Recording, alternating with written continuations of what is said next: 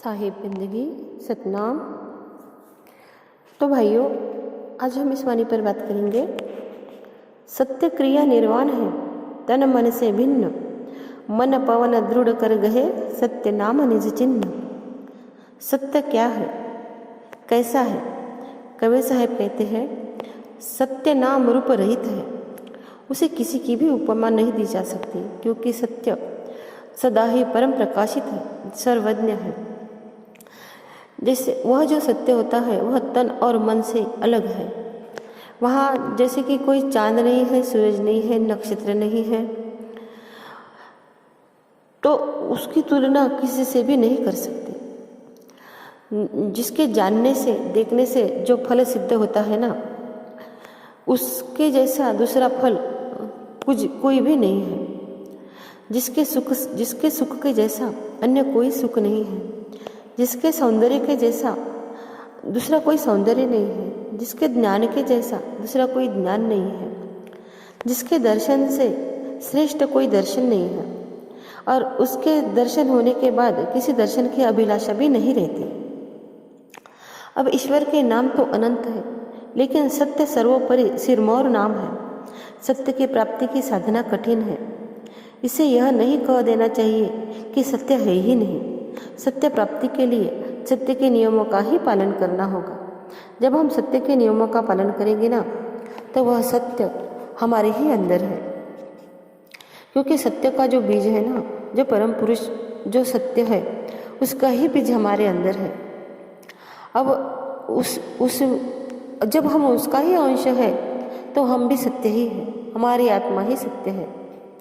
लेकिन जब हम काल माया के वशीभूत होकर के जो उस सत्य से हम विमुख हो गए हैं, अब उस सत्य से विमुख होने से ही तो हम सब तकलीफों को भोग रहे हैं। क्योंकि हमारी दृष्टि जब सत्य ही सत्य को दृष्टिगोचर होती रहेगी, तो हमारी दृष्टि सत्य बन जाएगी। यह आत्मा सत्य है, और सत्य का वाचक नाम भी सत्य है। सत्य स्वयं सत्य और तीनों काल और सभी युगों में सत्य ही होता है। लेकिन देखो, काल और माया ने हमें कितना भरमा दिया है। अब जब हम जैसे कि शरीर का अभिमान, देह का अभिमान, धन संपत्ति का अभिमान, पुत्र पौत्रों का अभिमान, इन सब अभिमानों में रह करके ही तो हम उस सत्य को भूल चुके हैं ना। हमारी शुद्रता इतनी अपार है कि हम सत्य को छोड़ करके असत्य में ही मस्त रहना जैसे चाहते हैं। अब जैसे जो संसार है, जैसे पल पल छिन छिन में बदलने वाला जो संसार है ना, इसमें रह करके ही मेरा देह, मेरी स्त्री, मेरा पुत्र, मेरा पति, मेरी संपत्ति और बाहरी पूजा पाठ, जैसे दान दक्षिणा, जैसे दिखावे वाली भक्ति में ही जीवात्मा खुश रहने को चाहता है।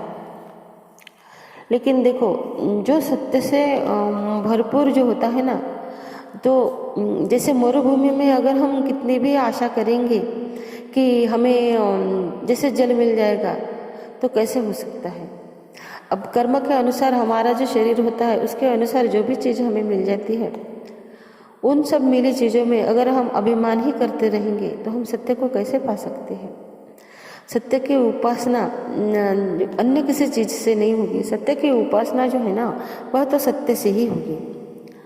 अब देखो, जैसे अगर हम जिस दिन हमें इस बात का पता चलता है कि सत्य क्या है, तो हम जैसे उस सत्य को छोड़ करके, जैसे कि अगर कोई मीठी चीज़ को खाने को छोड़ करके हम कड़वी चीज़ को तो नहीं खाएंगे, क्योंकि हमें पता चल चुका है। अब जब पता चलने के बाद भी अगर हम उस असत्य चीज़ों के ही पीछे रहेंगे, तो क्या फायदा होगा। क्योंकि जैसे कि संसारी जो जीव है, हम सब लोग जो है ना, वह जैसे जो ब्रह्म ज्ञान है, जो ब्रह्मा ने जो काल और माया का फंदा जैसे डाल के रखा था, कि जैसे ब्रह्म ज्ञानी जो भक्त होते हैं, उनकी जो व्यापक ब्रह्म की प्राप्ति के लिए ही जो जैसे साधना करते हैं, और जो कि पूजा पाती में और जैसे कि बाहरी भक्ति में जो भी हम करते हैं, वह सब हमें काल स्वरूप भवसागर के जीवों को बंधन में ही डालने वाला होता है, मुक्तिदाता होता ही नहीं है। वह ब्रह्म ज्ञान के अनेक माध्यमों से जीवों को अपने फंदे में फंसा करके ही रखता है। और हम जैसे ब्रह्म ज्ञान की कल्पित जो वाणियाँ होती है उसमें फंस कर के ही हम जैसे कि काल का ग्रास बन जाते हैं और वो हमें अपना आहार बना लेता है। जैसे कि संसारी जीवों में जैसे दैवी दैहिक भौतिक ताप तथा मातृगर्भ के जठराग्नि के ताप से त्राण पाने के लिए ही आपकी जो रोचक ब्रह्मवाणी में आसक्त होता है, किंतु जैसे कि उसने जो बरसाई जितने भी ब्रह्म ज्ञान होता है, जो भी हम जैसे कुछ भी करेंगे तो इन सब तापों से हम निकलने वाले नहीं हैं, क्योंकि उसमें एक भी बूंद ऐसी नहीं है जो अमृत की हो कि जो हमारे ताप को शांत कर सके। उनमें तो यही जैसे संसार में क्या मिलेगा, ये करो वो मिलेगा, वो करो वो मिलेगा, बस ऐसे ही होता है। जिस दिन जीवों की समझ में यह बात आ जाती है कि मुझे रहना ही यहाँ कितने दिन है, जिस दिन इस बात का उसे ज्ञान हो जाता है कि मैं तो यहाँ कुछ दिन का ही मेहमान हूँ, यह बात जब उसकी समझ में आती है ना, तो वह सब जैसे कि भगवान कृष्ण कहते हैं कि तुम मुझे फूल नहीं दे सकते हो तो फूल की एक पत्ती दे दो, तो तभी मैं आपको कुछ दे सकता हूँ। जैसे लेन देन के संसार में हम जब साधना करते हैं और हमारी साधना जब फलीभूत हो भी जाती है और अगर हमें कोई चीज़ मिल भी जाती है तो उसका भोग हम कितने दिन करेंगे। इस बात को जब हम समझ लेते हैं ना, तब हमारे समझ में आ जाता है कि हमारे मन में ऐसे आ जाता है कि जो ब्रह्मवाणी है उस पर हम विवेक और विचार से जब समझ लेते हैं कि यह सब कितना हमें फंसा रहा है, क्योंकि हमारा जो आत्मा है वह आत्मा तो हाथी का रूप है, अब वह चींटी बन करके रह रहा है, क्योंकि हमारी जो चेतना है वो इतनी बेबस हो चुकी है कि उस चेतना को यह पता नहीं है कि इन सब चीज़ों के अलावा मेरा सत्य स्वरूप जो मेरा जैसे कि मैं मुक्त हो सकता हूँ, उसको छोड़ करके वह चेतना हमारी निर्बल बकरी की तरह भ्रमवश भेड़िए के हाथ में रहती है। अब कल्पित जो ब्रह्म है क्या वह हमारी रक्षा कर सकता है? अब जब हम उस भेड़िए के हाथ में बकरी की तरह रह रहे हैं तो क्या वह हमारा आहार नहीं करेगा? तो जैसे कि हमें जब होशियारे से जब इन सब बातों का पता चल जाता है तो क्या होता है कि वह भक्त क्या करता है, घर परिवार को त्याग करके, जैसे कि अभी यह समय नहीं रहा कि हम जैसे घर परिवार को त्याग सके, लेकिन जैसे सबके संग रह करके भी असंग रह करके वह अपने आप को पार कर सकता है। जब उसे सत्य का पता चल जाता है तो यह जो मैदान है काल और माया का, उसमें रह करके जैसे कि कोई मछली जैसे सपाट मैदान में सुरक्षित नहीं रह सकती, उसी तरह वह जीव अगर यह सोचे कि इसमें मैं सुरक्षित नहीं रह सकता, यह सोच करके अगर वह जैसे कि सत ज्ञान में लग जाता है तो वह अपने आप को पार कर सकता है। नहीं तो जो ब्रह्म ज्ञानी लोगों ने जैसे कि कोई भी 52 अक्षरों वाले नाम दिए हैं, अगर कोई जीव यह समझे कि मैं तो जैसे राम राम राम राम या ओम ओम ओम करके पार हो जाऊंगा, यह तो बिल्कुल नहीं होगा, क्योंकि यह जो आत्मा है ना, अब देखो जो परमात्मा की अंश आत्मा है, परमात्मा तो शब्द स्वरूप है, तो हम भी शब्द स्वरूप हैं। अब राम राम कहने के लिए हमारा मुख कितने दिन रहेगा? जब तक मुख है तब तक ही तो राम राम कहोगे, लेकिन जब मुख ही नहीं है तो राम कैसे कहोगे? लेकिन हमारे जो सुरता होती है ना, हमारी जो चेतना होती है वो मरती नहीं है। जब चेतन से चेतन को हम पालेंगे तब तो हम जैसे कि परम पुरुष को पा सकते हैं। लेकिन जब अगर हम यह समझेंगे कि हमारा काम ऐसे ही हो जाएगा, जैसे कि जो काल और ब्रह्म की जो वाणी है उनमें रह करके और हम जैसे माया से मुक्त हो जाएंगे, तो यह बिल्कुल नहीं होगा।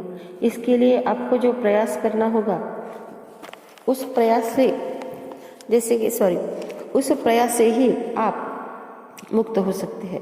जैसे भव सागर में जैसे कि समझो इस भव सागर में हम मछली की तरह है। जैसे कि काल हर पल हमें उसका आहार बनाता है। अब जो दोनों पति पत्नी होती है ना, काल और माया, तो माया क्या करती है, हमें हर बार बाहरी प्रलोभन बताती है और हम बाहरी प्रलोभन में जैसे खुद को समाहित कर देते हैं। और होता क्या है कि माया तो अपना दाव खेल लेती है और हम क्या करते हैं, माया के वशीभूत होकर के कोई कर्म करते हैं। अब जब कर्म करते हैं तो क्या होता है, उसका हिसाब तो देना ही पड़ेगा। तो क्या होता है कि माया हमें कर्म करने के लिए उकसाती है और उसका जो पति है जैसे कि काल भगवान, वह हमारे हर कर्म को लिख के रख देता है। और जब हम वह कर्म जो है, करता तो मन है, मन की वशीभूत होकर के ही हम कर्म करते हैं, लेकिन भोगने आत्मा को होते हैं। क्योंकि जैसे कि अब कोई बच्चा जब पैदा होता है तो कोई जैसे कूड़े के ढेर में पड़ा मिलता है और कोई पैदा ऐसे ही राजा महाराजा बन जाता है। यह सब कर्मों का ही लेन देन होता है। तो वह काल भगवान हर पल हमारे कर्मों को लिख रहा है और हम उस माया के वशीभूत होकर के जो कर्म कर रहे हैं ना, उन सबको भोगने के लिए जिस दिन हमें इस बात का पता चलता है कि हमारे ऊपर काल और माया कैसे राज कर रही है, इस बात का जब पता चल जाता है, तब हम योग युक्त होकर के योगाग्नि का ही हवन कर देंगे। तब हम हमारी जो सुरता है ना, उस सुरता को हर पल उस शब्द में ही समाहित करेंगे।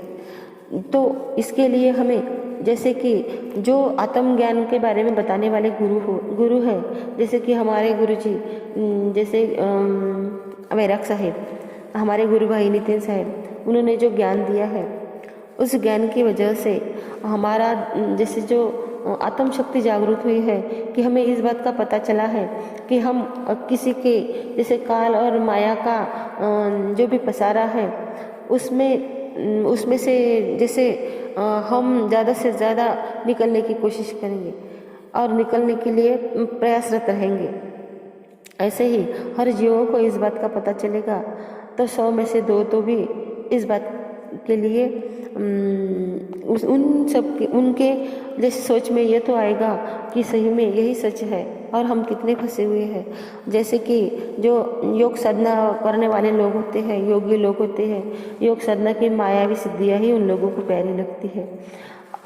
और जैसे हम योग साधना की जो मायावी सिद्धियाँ होती है, उनका जिस दिन हमें पता चलेगा कि उनका उपयोग मैं कितने दिन करने वाला हूँ, इन सब बातों को जब वो समझ लेगा, क्योंकि सार की वाणी, आखिरी की वाणी, जैसे कि उसके बाद कुछ है ही नहीं, जो सत्य हमें बताया गया है, जब यह बात समझ में आती है कि उसके आगे कुछ है ही नहीं, अब उस सत्य के बाद जब समझ में आती है कि वही सत्य है जिसके बाद कुछ है ही नहीं है, जिसकी हम प्राप्ति कर सके।